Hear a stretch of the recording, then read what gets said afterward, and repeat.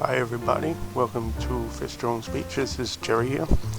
Today I'm going to make showing you this here video how I make my wool strips. It's an Uncle Joshua alternative. I get a lot of people asking online more about this. I have another video out and you can see it, and it shows a little of the action in the water, and they have a great action, if not better than the pork. Why I like these is that they're generally, you can customize them in all different shapes, sizes, and colors. They're inexpensive, cheap to make. You can make hundreds for one sheet, which costs you less than a couple of bucks, if that. They're easy to make and they're durable. They'll withstand the attacks of toothy critters. And when they're dry, they're generally very subtle. You can tear them, but when they get wet, they're very strong. Withstand a lot of abuse. And well, let's get to it here. The first item that you're probably going to need here is this is Aqua Seal. This is probably the best thing to use for them. Anything with water and binding and water. It makes a very tough, hard, rigid head. But you can use any kind of cement or glue or something like that. This is just to hold the hook harder. Actually, I think I'm going to use some super glue. Other items, you're going to need a razor. This is just simply to cut the strips. Just be careful with them. This is, make sure they're sharp. To punch a hole.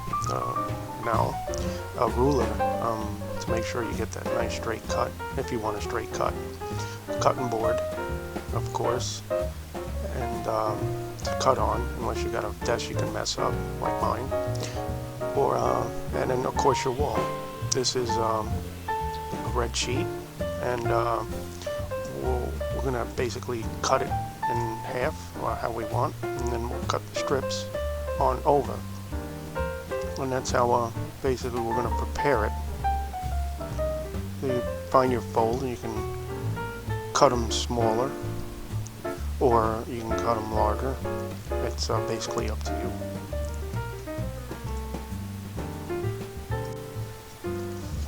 Now let's take a look at the wool, merino wool sheets here, blends. It comes in all different colors, so pick what color you want. Get a lot of colors, get a bunch at once. It's relatively very cheap. And then you're going to decide how long you want to make your strips.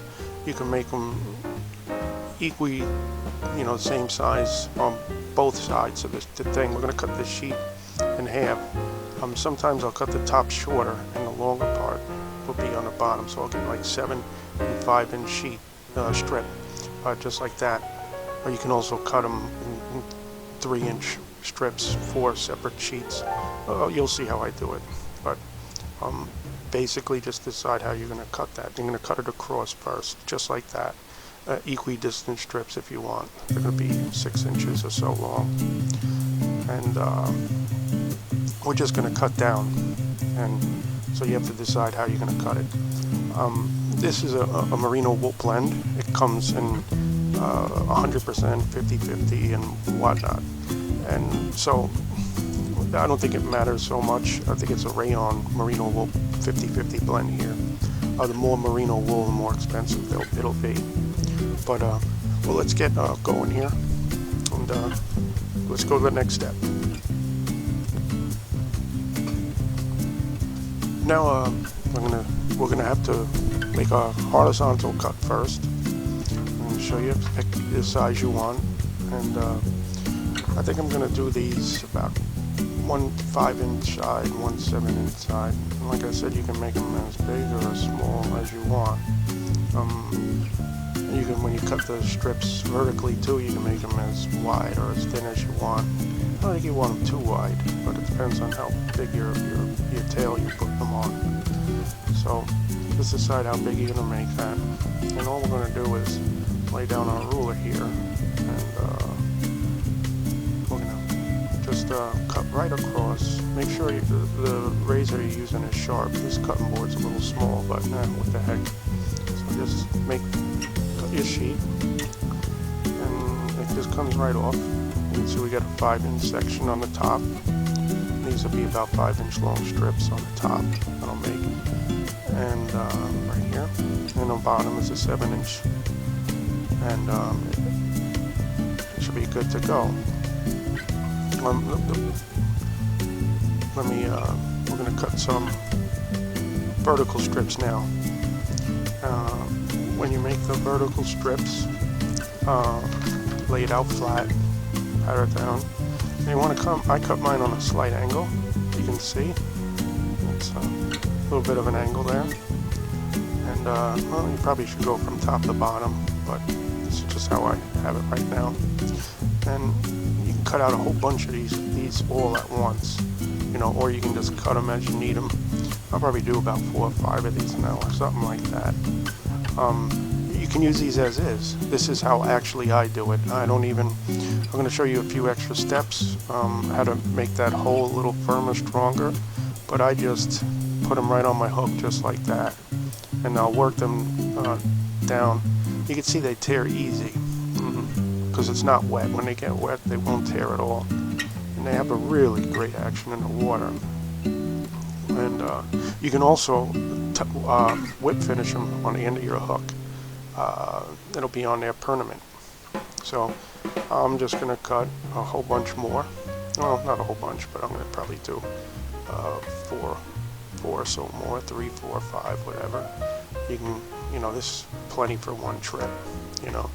And like I said, I'll use these as is, but I'm going to show you how to, you know, shore them up, and it makes that hole a little firmer. They might last a little longer, but like I said, this is where I end it myself. And well, let's go to the next step.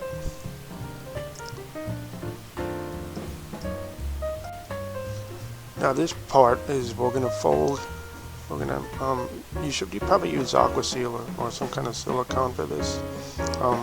I just use super glue because I had it laying around just to demonstrate on how to do it.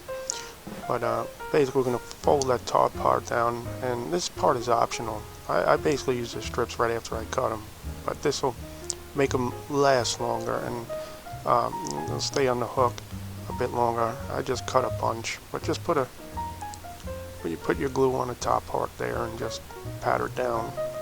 Aqua seal, you might want to get it a little tacky first, and this way it'll hold when you fold it.